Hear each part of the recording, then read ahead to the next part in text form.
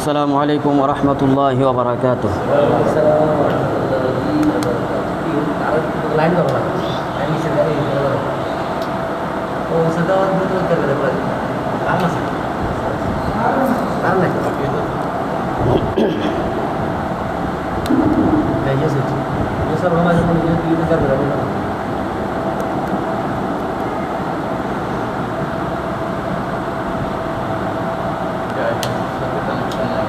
আছে আছে কেন গাড়ি করে চলো হ্যাঁ নবার একটা ও এটা আরেকটা এটা তো আরেকটা নতুনটা গাড়ি গেলে বলতো বেশ উপরে কিন্তু লাইন একটাই লাইন কটা গেছে একটাই তো লাইন। নিতে কি নতুন লাইন দিয়ে না মনে আরো লেগে আইপিএসের লাইন দিয়ে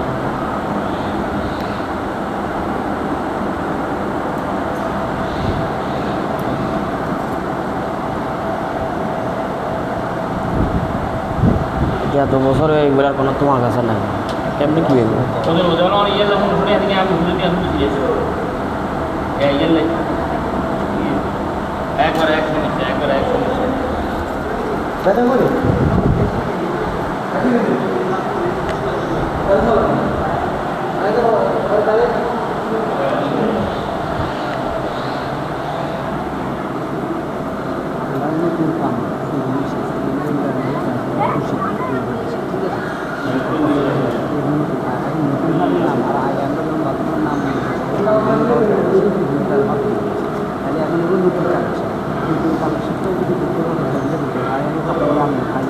উড়ান কোন কই উড়ান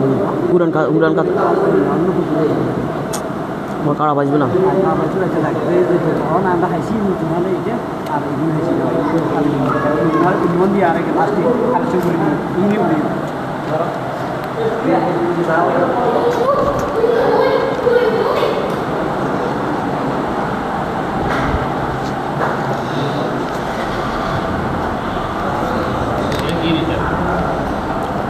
নতুন কালেকশন ওই বাথরুমের হিসাবে, কেন হুরান যে একটা টাকা দিছিল, এটা হুরান যে একটা প্রতিশ্রুতি দিছিল, একটা টাকা তো কেউ দেয় নাই। আর মেয়ের কথা মনে লিস্টই নাই না। হুরান টেয়াও দেন তো, হুরান টেয়া ভিতরে মাত্র টেয়া আইছে 12,500 টাকা এর কাছে আছে।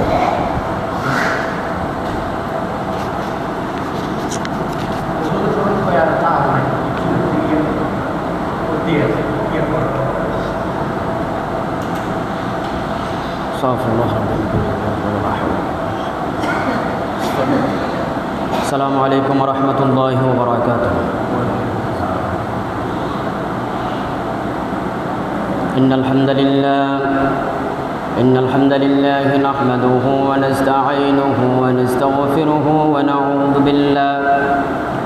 ونعوذ بالله من شرور أنفسنا ومن سيئات أعمالنا. من يهده الله فلا مضل له ومن يضلله فلا هادي له. ونشهد أن لا إله إلا الله وحده لا شريك له. ونشهد أن سيدنا وحبيبنا ومولانا محمدا عبده ورسوله الذي أرسله بالحق بشيرا ونذيرا وداعيا إلى الله بإذنه وسراجا منيرا. فقد قال الله تعالى في القرآن بالبرهان: أعوذ بالله من الشيطان الرجيم. بسم الله الرحمن الرحيم. واستعينوا بالصبر والصلاة إن الله وملائكته يصلون على النبي يا أيها الذين آمنوا صلوا عليه وسلموا تسليما اللهم سيدنا مولانا محمد وعلى آله سيدنا مولانا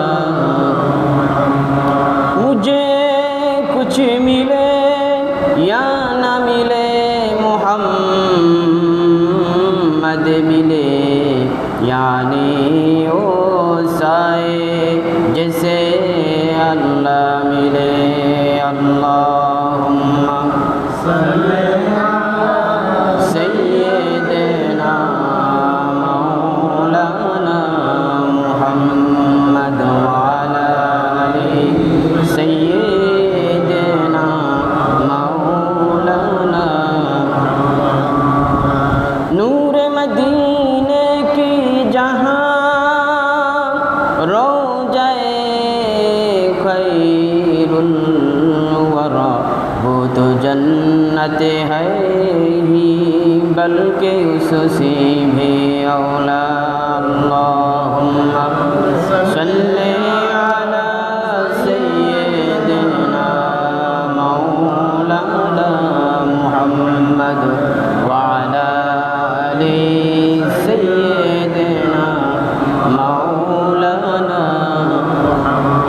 बलगल उला बिकमालिहि कशफत तुजा बिजमालिहि हसनत जमीउ खिसालिहि सल्लु अलैहि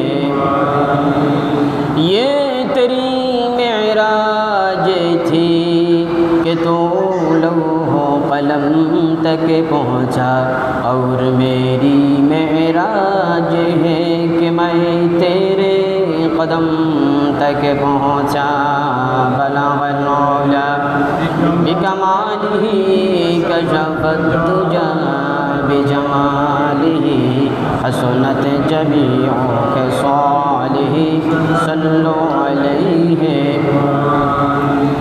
सतजा का रहा है अज़ल से ता इमरोज़ सतजा का रहा है अज़ल से ता इमरोज़ चिरागे मुस्तफ़ा भी से शरारे भोला बेस्त बलगल उला बिकमालिहि कशफत दुजा बिजमालिहि हसनत जमीउ खिसालिहि सल्लु अलैहि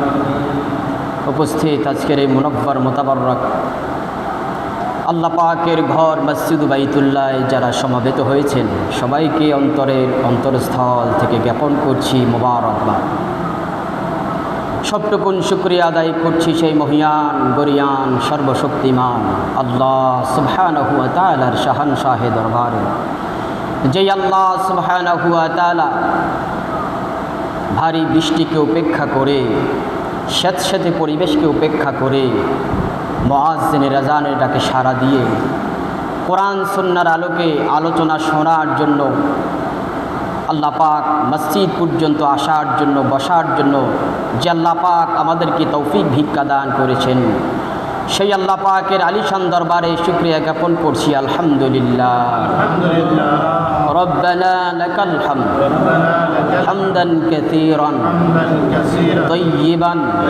মুবারাকান ফীহি ইয়া রব্বি লাকাল হামদু কামা ইয়ানবাগি লিজালালি ওয়াজহিকা ওয়া আযীমি সুলতানিক দরুদ আর সালাম প্রেরণ করছি আল্লাহর সৃষ্টির প্রধান আকর্ষণ এই বিশ্বজগতের একচ্ছত্র মালিক আল্লাহ সুবহানাহু ওয়া তাআলার সবচাইতে সেরা সৃষ্টি বিশ্বনন্দিত নবী বিশ্ববরেণ্য নবী নবীকুলের সম্রাট ইমামুল আম্বিয়া ওয়াল মুরসালিন जद्दिल हसन वल हुसैन अबिल कासिम मोहम्मद इब्न अब्दुल्लाह नूरुम मिन खल्क़ि नूरिल्लाह आफ़ताब नबूवत शाहनशाह रिसालत सरकार दो जहां सुल्तान मदीना हुजूर अकरम नूर मुजस्सम शफीअना हबीबिना मौलाना मोहम्मद सल्लल्लाहु अलैहि वसल्लमेर উপর আল্লাহ পাক যাকে আজ থেকে ১৫০০ বছর আগে কুল কায়নাতের জন্য রহমত বানিয়ে সর্বশেষ নবী এবং রসুল বানিয়ে আমাদের ভাগ্যে নসিব করেছেন সেই নবী মোহাম্মদ সাল্লাল্লাহু আলাইহি ওয়াসাল্লামের শানে আবেগে ভরা কণ্ঠে একবার পড়ে নিন সাল্লাল্লাহু আলাইহি ওয়াসাল্লাম। সম্মানিত হাজিরিন, কোরআনুল কারীমে আল্লাহ পাক ১১৪খানা সূরা আল্লাহ পাক নাজিল করলেন। ৬৬৬৬টি আয়াত আল্লাহ পাক নাজিল করলেন। এই কোরআন আল্লাহ পাক নাজিল করলেন, এই কোরআনের মধ্যে কি কোনো ভুল থাকতে পারে? কোরআনুল কারীমের মধ্যে কোনো ভুল থাকা সন্দেহ যারা করে তাদের ঈমান নষ্ট হয়ে গিয়ে খারিজ হয়ে গিয়ে কুফরিতে রূপান্তরিত হয়ে যাবে। আমরা কোরআনুল কারীমকে বিশ্বাস করি, আল্লাহ রসুলের হাদিস তার মুখশ্রিত বাণী সুন্নাহকেও আমরা বিশ্বাস করি, মনে প্রাণে পালন করার চেষ্টা করি। সে কোরআনুল কারীমের দ্বিতীয় একটি সূরা, যেই সূরাটার নাম হলো সূরা আল বাকারা। নাম কি? সূরা আল বাকারা। এই সূরাতুল বাকারা কোরআনুল কারীমের সবচাইতে বড় সূরা। সবচাইতে বড় সূরার নাম কি? বাকারা, সূরা বাকারা। সূরাতুল বাকারা। আর সবচাইতে ছোট সূরার নাম কি? সূরাতুল কাউসার। সূরাতুল কাউসার। আলহামদুলিল্লাহ, অনেকেই জানেন, শুকরিয়া। আপনারা যদি সোশ্যাল মিডিয়া দেখেন, এই পৃথিবীতে প্রায় ২.৫ কোটিরও বেশি ধর্ম আছে। তার মধ্যে সর্বশ্রেষ্ঠ ধর্ম হচ্ছে ইসলাম। ইসলাম ছাড়া যত ধর্ম আছে সবগুলা মন গড়া ধর্ম, অন্য কোনো ধর্ম ইসলাম ছাড়া পৃথিবীতে চলে না, নাই, থাকবেও না। আল্লাহ পাকের মনোনীত ধর্ম হচ্ছে একমাত্র ইসলাম। ইন্নাদ-দীনা ইনদাল্লাহিল ইসলাম। আল্লাহ পাকের নিকট সবচেয়ে মনোনীত ধর্ম হচ্ছে ইসলাম। সেই ইসলামে আল্লাহ পাক আমাদেরকে দীক্ষিত করার তৌফিক দিয়েছেন, এই জন্য আবারও পড়ি আলহামদুলিল্লাহ। কোরআনুল কারীমের সবচেয়ে বড় সূরা সূরা আল বাকারাতে আল্লাহ পাক বলেন, ইয়া আইয়ুহাল্লাযীনা আমানুস্তাঈনু বিস-সাবরি ওয়াস-সালাহ ইন্নাল্লাহা মা'আস-সাবিরিন। আল্লাহ পাক কোরআনুল কারীমে কোনো মুশরিককে সম্বোধন করে বলে নাই, কোনো ইহুদিকে সম্বোধন করে বলে নাই, কোনো নাসারাকে সম্বোধন করে বলে নাই, কোনো হিন্দু বৌদ্ধ খ্রিস্টানকে সম্বোধন করে বলে নাই। কোরআনুল কারীমে আল্লাহ পাক এই আয়াতে কারিমা দিয়ে ইয়া আইয়ুহাল্লাযীনা আমানুস্তাঈনু বিস-সাবরি ওয়াস-সালাহ, যারা মুমিন, ঈমান এনেছে, আল্লাহ এবং তার হাবিবের উপর ঈমান এনেছে, তাদেরকে ইন্ডিকেট করে তিনি বলেন ইয়া আইয়ুহাল্লাযীনা আমানুস্তাঈনু বিস-সাবরি ওয়াস-সালাহ। আল্লাহ পাকের নিকট ক্ষমা চাও, আল্লাহ পাকের নিকট রহমত চাও, আল্লাহ পাকের নিকট যা কিছু চাইবা নামাজ এবং সবরের মাধ্যমে আল্লাহ রব্বুল আলামিনের কাছে তোমরা চাইবা। সুবহানাল্লাহ। আমানুস্তাঈনু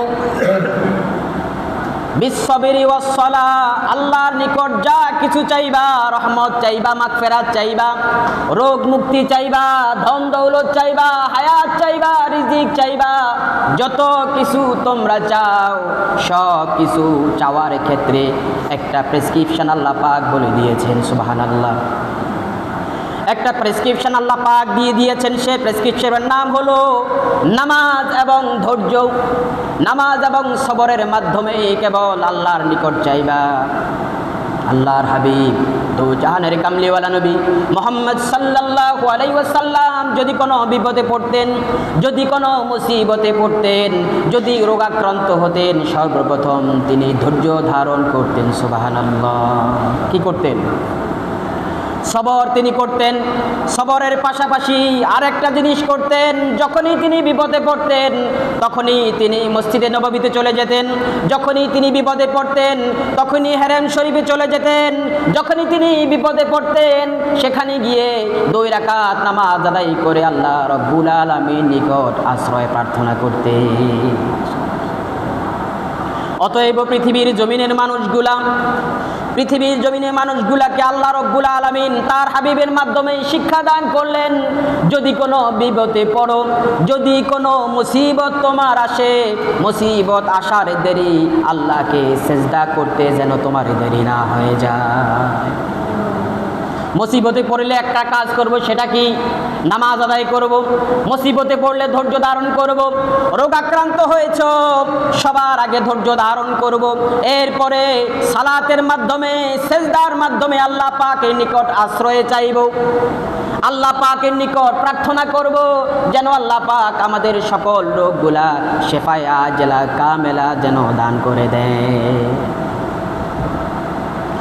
পৃথিবীর জমিনে আল্লাহ পাক যত মানুষ সৃজন করলেন, সবচাইতে পছন্দের মানুষগুলা হলেন নবীরা। আল্লাহ পাক মানুষ বানাইছেন, নবী বানাইছেন, জিন ইনসান বানাইছেন, যত সৃষ্টি তিনি করলেন সব সৃষ্টির মধ্যে সেরা সৃষ্টি কারা? নবীরা হলেন সেরা সৃষ্টি।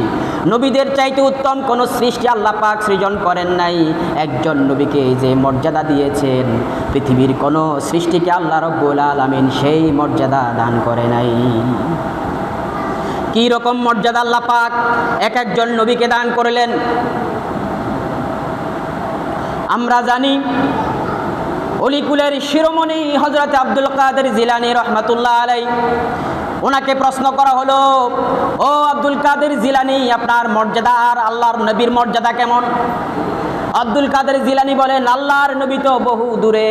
আল্লাহর নবীর যে সাহাবীরা যুদ্ধ করত, সেই সাহাবীরা যখন ঘোড়া দৌড়াতো, ঘোড়ার খুরার আঘাতে যেই ধূলিকণা উঠত, আমি আব্দুল কাদের জিলানী সেই ধূলিকণার উপযুক্ত নই।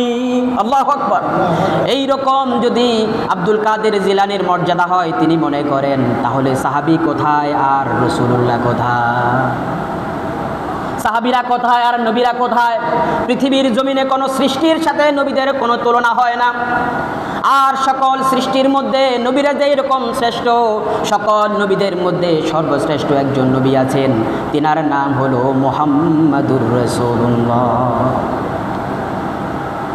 প্রিয় হাজিরিন, নবীরা হলেন আল্লাহ পাকের সবচাইতে সেরা সৃষ্টি। এই নবীদেরকে আল্লাহ পাক বিপদ দিয়েছেন কিনা, রোগ দিয়েছেন কিনা, অভাব অনটন দিয়েছেন কিনা? সব কিছুই দিয়েছেন, দেন নাই? অভাব অনটন দেয় নাই নাকি দেয় নাই? সব দিয়েছেন। অর্থ সম্পদ দিয়েছেন, ক্ষমতাও দিয়েছেন, অভাবও দিয়েছেন, রোগও দিয়েছেন। অনেক রকম পরীক্ষা আল্লাহ পাক নবীদেরকে করেছেন। পৃথিবীর কোনো মানুষ এইরকম পরীক্ষায় উত্তীর্ণ হয় নাই, এইরকম বিভীষিকাময় ভয়ঙ্কর পরীক্ষা করে নাই যেই রকম পরীক্ষা এক একজন নবীকে আল্লাহ পাক করেছেন। পৃথিবীর জমিনে সবচাইতে বেশি পরীক্ষা করেছেন হযরত ইব্রাহিম আলাইহিস সালাতু ওয়াস সালামকে। এমন কোনো পরীক্ষা নাই ইব্রাহিমকে আল্লাহ পাক করে নাই। সকল পরীক্ষায় তিনি ফার্স্ট হয়েছেন। আমরা তো মনে করি যে আল্লাহ পাক শুধু রোগ আমাদেরকে দেন, বিপদ শুধু আমারই হয়। নেভার, কখনো নয়। এক একজন নবীকে আল্লাহ পাক যেই রকম পরীক্ষা করেছেন, যেই রকম বিপদ দিয়েছেন, রোগ দিয়েছেন, এই রকম রোগ পৃথিবীর কোনো মানুষকে আল্লাহ পাক দেয় নাই। এই রকম বিপদ কোনো মানুষকে আল্লাহ পাক দেয় নাই। এরকম ধৈর্য কোনো মানুষকে আল্লাহ পাক দেয় নাই। সকল নবীরা ধৈর্যশীল ছিলেন, সকল নবীরা ধৈর্যশীল ছিলেন। এমন কোন নবী পাবেন না যেই নবীর কাছে ধৈর্য ছিল না। চূড়ান্ত ধৈর্য আল্লাহ পাক একজন নবীকে দান করেছেন। হযরত আইয়ুব আলাইহিস সালাতু ওয়াস সালামকে আল্লাহ পাক রোগ দিয়েছেন। আমরা মনে করি শুধু আমাদের রোগ হয়, জ্বর হয়, সর্দি হয়, কাশি হয়, আমাদের ফোড়া হয়, গ্যাস্ট্রিক হয়, আলসার হয়, ক্যান্সার হয়, প্যারালাইসিস হয়, অনেক ধরনের রোগ আমাদের হয় কি না? নার্ভিং সিস্টেমের সমস্যা আমাদের হয়, কোমরের সমস্যা হয়, হাঁটুতে সমস্যা হয়, ব্রেইনের সমস্যা হয়, কিডনিতে সমস্যা হয়, এমন কোনো অর্গান নাই যে অর্গানের সমস্যা হয় না। অথচ আপনি দেখেন কি রকম অসুস্থ আপনি হয়েছেন। আপনি অসুস্থ বেশি হয়েছেন নাকি হযরত আইয়ুব আলাইহিস সালাতু ওয়াস সালাম বেশি অসুস্থ ছিলেন? আল্লাহ পাক নবীদেরকে এমন ধৈর্য দিয়েছেন। হযরত আইয়ুব আলাইহিস সালাতু ওয়াস সালামকে আল্লাহ পাক কুষ্ঠরোগ দিয়েছেন, ক্যান্সার দিয়েছিলেন। কি দিয়েছেন? ক্যান্সার দিয়েছেন।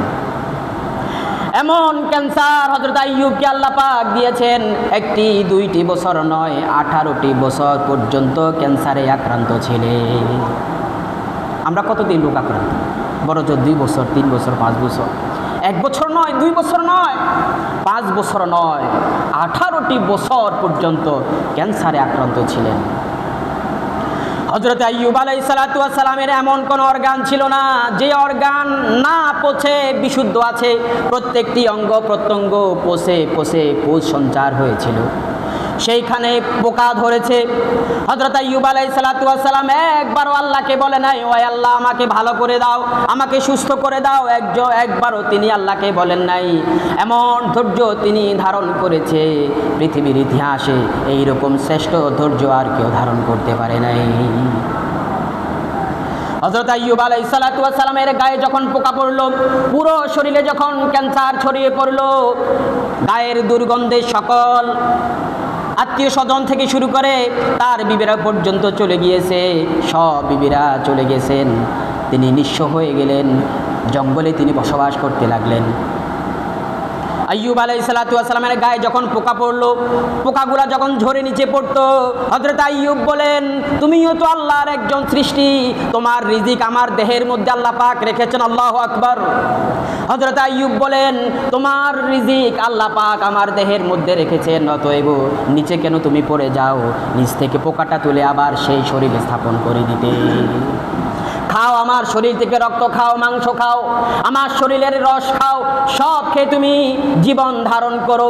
তোমার রিজিক আমার দেহের মধ্যে আল্লাহ পাক রেখেছেন, এই জন্য আমার রিজিক, তোমার রিজিক তুমি ভক্ষণ করো, এতে আমার কোনো অভিযোগ নাই। 1 দিন 2 দিন চলতে লাগলো। 1 বছর 2 বছর চলতে চলতে যখন 18 বছর পূর্ণ হয়ে গেল, হঠাৎ করে আইয়ুব লক্ষ্য করলেন আইয়ুবের জিহ্বার মধ্যে পোকা ধরতে লাগলো, জিহ্বা পচন শুরু হয়ে গেল। তখন আল্লাহ পাকের নিকট জিজ্ঞেস করলেন, আয় আল্লাহ তাআলা, গোটা শরীর ক্ষত বিক্ষত হয়ে গেছে, গোটা শরীর পচে দুর্গন্ধ ছড়াচ্ছে, গোটা শরীরে পোকা পড়ে গেছে, একবারও তোমার কাছে আমি ফরিয়াদ করি নাই। ও আল্লাহ তাআলা, আমার জিহ্বার মধ্যে রোগ ধরেছে, পচন শুরু হয়ে গেছে, আয় আল্লাহ তাআলা মেহেরবানি করে আমার জিহ্বার মধ্যে তুমি পচন দিও না, আমার জিহ্বার মধ্যে তুমি ক্যান্সার দিও না। যদি আমার জিহ্বার মধ্যে ক্যান্সার দাও, আমার সবচাইতে বড় রিজিক, আমার সবচাইতে বড় প্রশান্তির যে জিনিস তোমার আল্লাহ রব্বুল আলামিন, তোমার নামের জিকির আমি করতে পারবো না, এই জন্য আমি দিশেহারা হয়ে গেছি, ভারাক্রান্ত হয়ে গেছি। ও আল্লাহ তাআলা, তোমার নামের জিকির যেন আমি করতে পারি, মেহেরবান মাওলা, আমার জিহ্বার মধ্যে তুমি ক্যান্সার দিও না। জিকির আমরা করি। হযরত আইয়ুব আলাইহিস সালাতু ওয়াস সালাম 18টি বছর পর্যন্ত ক্যান্সারে আক্রান্ত ছিলেন, এক মুহূর্তের জন্য আল্লাহ রব্বুল আলামিনকে ভুলে যায় নাই। এইরকম ধৈর্য ধারণ করেছে নবীরা। মুহাম্মদ সাল্লাল্লাহু আলাইহি ওয়াসাল্লাম ধৈর্য ধারণ করেছে, হযরতে ইউনূস আলাইহিস সালাতু ওয়াস সালাম ধৈর্য ধারণ করেছে, হযরতে ইব্রাহিম আলাইহিস সালাতু ওয়াস সালাম ধৈর্য ধারণ করেছে, আমাদের প্রাণের নবী মুহাম্মদ সাল্লাল্লাহু আলাইহি ওয়াসাল্লাম ধৈর্য ধারণ করেছে। এইখানে এমন কোনো লোক আপনি খুঁজে পাবেন না যেই লোক একদিন পর্যন্ত অনাহারে উপবাস ছিল। এইরকম কোনো লোক আছে? হাত তোলেন একজন, এনিবডি, একজন হাত তোলেন যে আপনি একদিন খান নাই, একদিন, অনলি 1 ডে, একদিন আপনি খান নাই। এইরকম একজন লোক আমি চাই, আপনি হাত জাগান। আপনি যদি সারা পৃথিবী তালাশ করেন, সারা পৃথিবী যদি তন্ন তন্ন করে খোঁজেন, একজন লোক খুঁজে পাবেন না যেই লোক একদিন পর্যন্ত অনাহারে ছিল। কিন্তু 2 জাহানের বাদশা নবী, 2 জাহানের কামলিওয়ালা নবী, যার উসিলা আল্লাহ পাক কুল কায়নাতকে সৃজন করলেন, সেই নবী একদিন নয়, 2 দিন নয়, 7টা দিন পর্যন্ত অনাহারে ছিলেন। ক্ষুধার তাড়নায় পেটের মধ্যে পাথর তিনি বেঁধেছে। ক্ষুধার তাড়নায় পেটে কি বাঁধছেন? পাথর বেঁধেছে। মাসকে মাস পর্যন্ত আল্লাহর হাবিবের ঘরে চুলার মধ্যে আগুন জ্বলে নাই, অনাহারে ছিলেন, শুধুমাত্র পানি খেয়ে জীবন ধারণ করেছেন, শুকনা খেজুর খেয়ে জীবন ধারণ করেছেন। আর আমরা 2-4 দিন অভাব দেখলেই তখন বলি আল্লাহ পাক শুধু আমাকে দেখে আর কাউরে দেখে না, এইরকম আমরা বলি না? বলি। অথচ আল্লাহ পাক কুল কায়নাত যার উসিলায় সৃজন করলেন, কুল কায়নাতের বাদশা যিনি, সরদার যিনি, সেই মুহাম্মদ সাল্লাল্লাহু আলাইহি ওয়াসাল্লাম 7 দিন পর্যন্ত অনাহারে ছিলেন, 7 দিন পর্যন্ত চুলায় আগুন জ্বলে নাই। আপনি যদি বলেন আমি ইবাদত করতে পারি নাই, ওগো আল্লাহ তাআলা কিয়ামতের সেই আসামির কাঠগড়ায় যখন দাঁড়াবেন তখন আপনি বলবেন আয় আল্লাহ তাআলা অনাহারে ছিলাম, অভাব অনটনে ছিল, অভাব অনটনের কারণে আপনাকে সেজদা করতে পারি নাই, আপনার নামের জিকির করতে পারি নাই, নামাজ আদায় করতে পারি নাই, হজ করতে পারি নাই, যাকাত দিতে পারি নাই, ভালো কাজ করতে পারি নাই, পেটের দায়ে। আল্লাহ পাক তখন বলবেন দু জাহানের কামলিওয়ালা নবী, আমার হাবিব, আমার বন্ধু মুহাম্মদ সাল্লাল্লাহু আলাইহি ওয়াসাল্লাম ক্ষুধার তাড়নায় 7 দিন উপবাস ছিল। ও আমার বান্দা, তুমি কয়দিন ক্ষুধার তাড়নায়, খাবারের অভাবে কয়দিন তুমি উপবাস ছিলা? কয়দিন তুমি উপবাস ছিল আমাকে বলো, কোনো প্রশ্ন থাকবে না।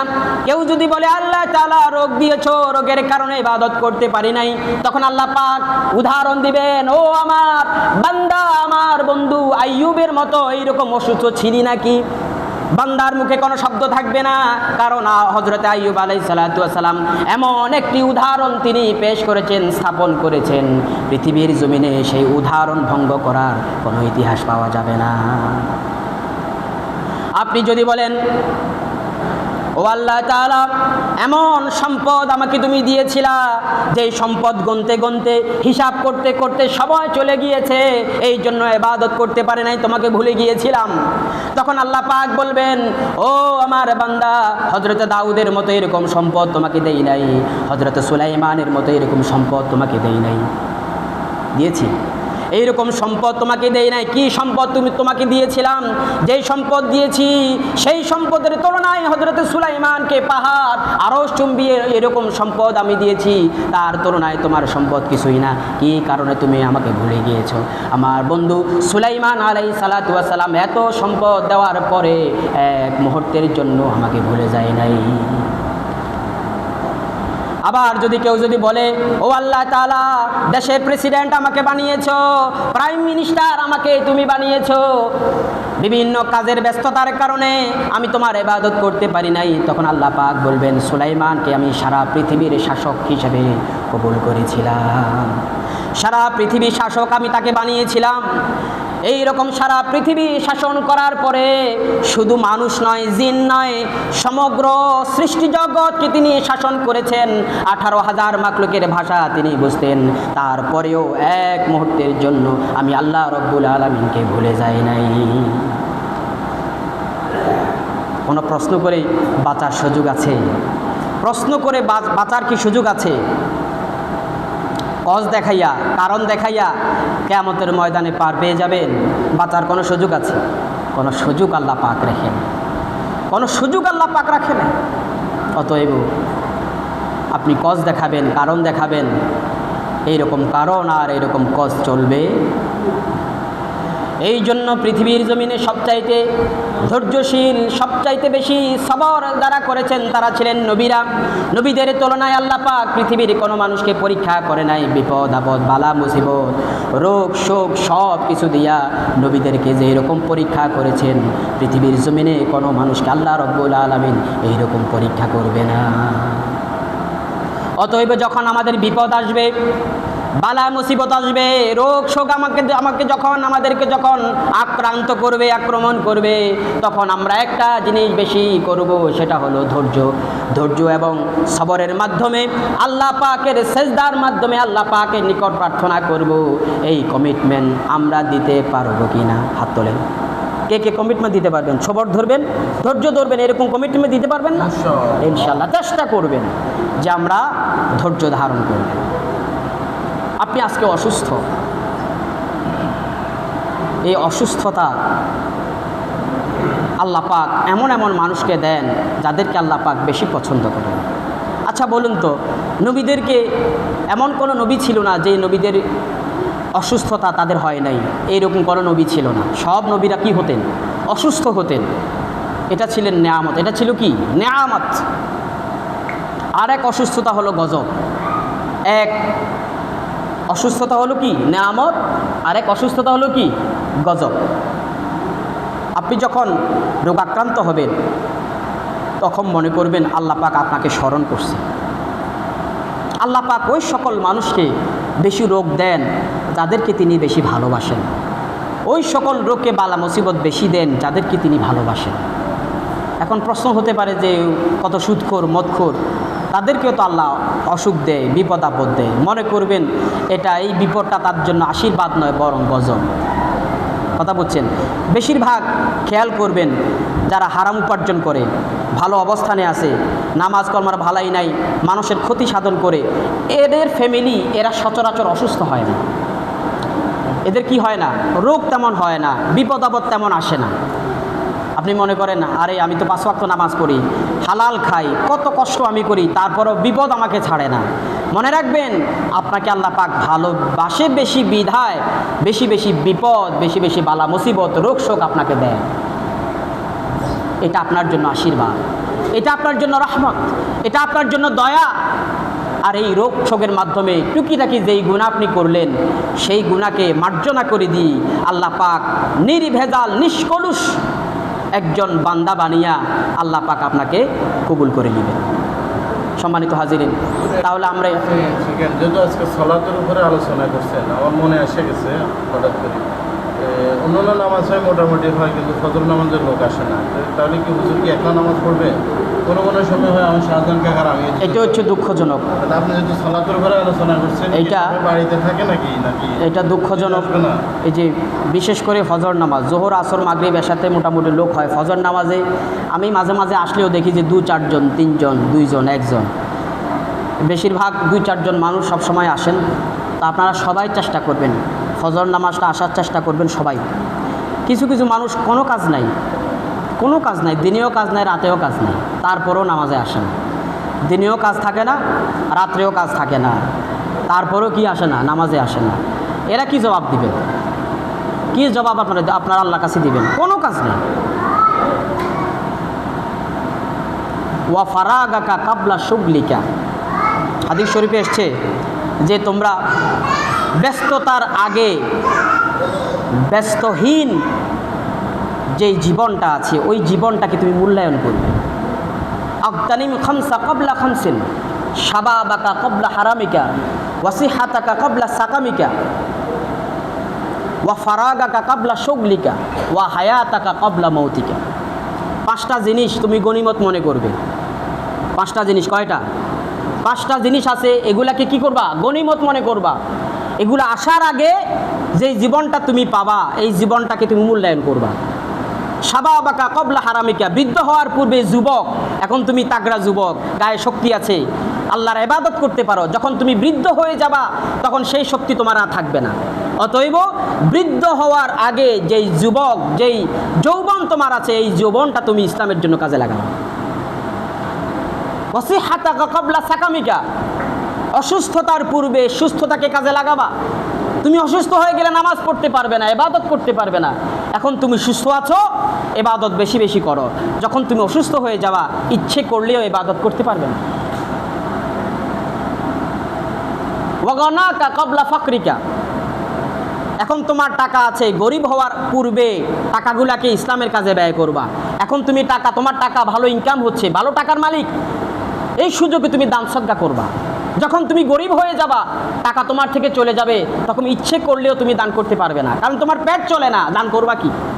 দান করবেন কি? পেটও তো চলে না, ফ্যামিলি চলে না, দান করার কোনো অর্থই নাই। এখন টাকা আছে, এখন দান করবে। ওয়া ফারাগাকা কাবলা শুগলিকা, এখন আপনি ব্যস্ত নাই, ফ্রি আছেন, এই ফ্রি সময়টা ইবাদতে কাজে লাগান। যখন ব্যস্ত হয়ে যাবেন তখন ইচ্ছে করলেও আপনি সময়টাকে কাজে লাগাতে পারবেন না। ওয়া হায়াতাকা কাবলা মৌতিকা, মৃত্যুর পূর্বে যে হায়াত তোমাকে আমি দিয়েছি ওই হায়াতটাকে তুমি কাজে লাগাবা। মৃত্যুবরণ করলে আর কোনো আমল চলবে না, সব আমল নাম আল্লাহ পাক ক্লোজ করে দিবেন। আল্লাহ পাক আমাদেরকে তৌফিক দান করুক। ওয়া আখিরি দাওয়ানা আলহামদুলিল্লাহি রাব্বিল আলামিন। যারা সুন্নাত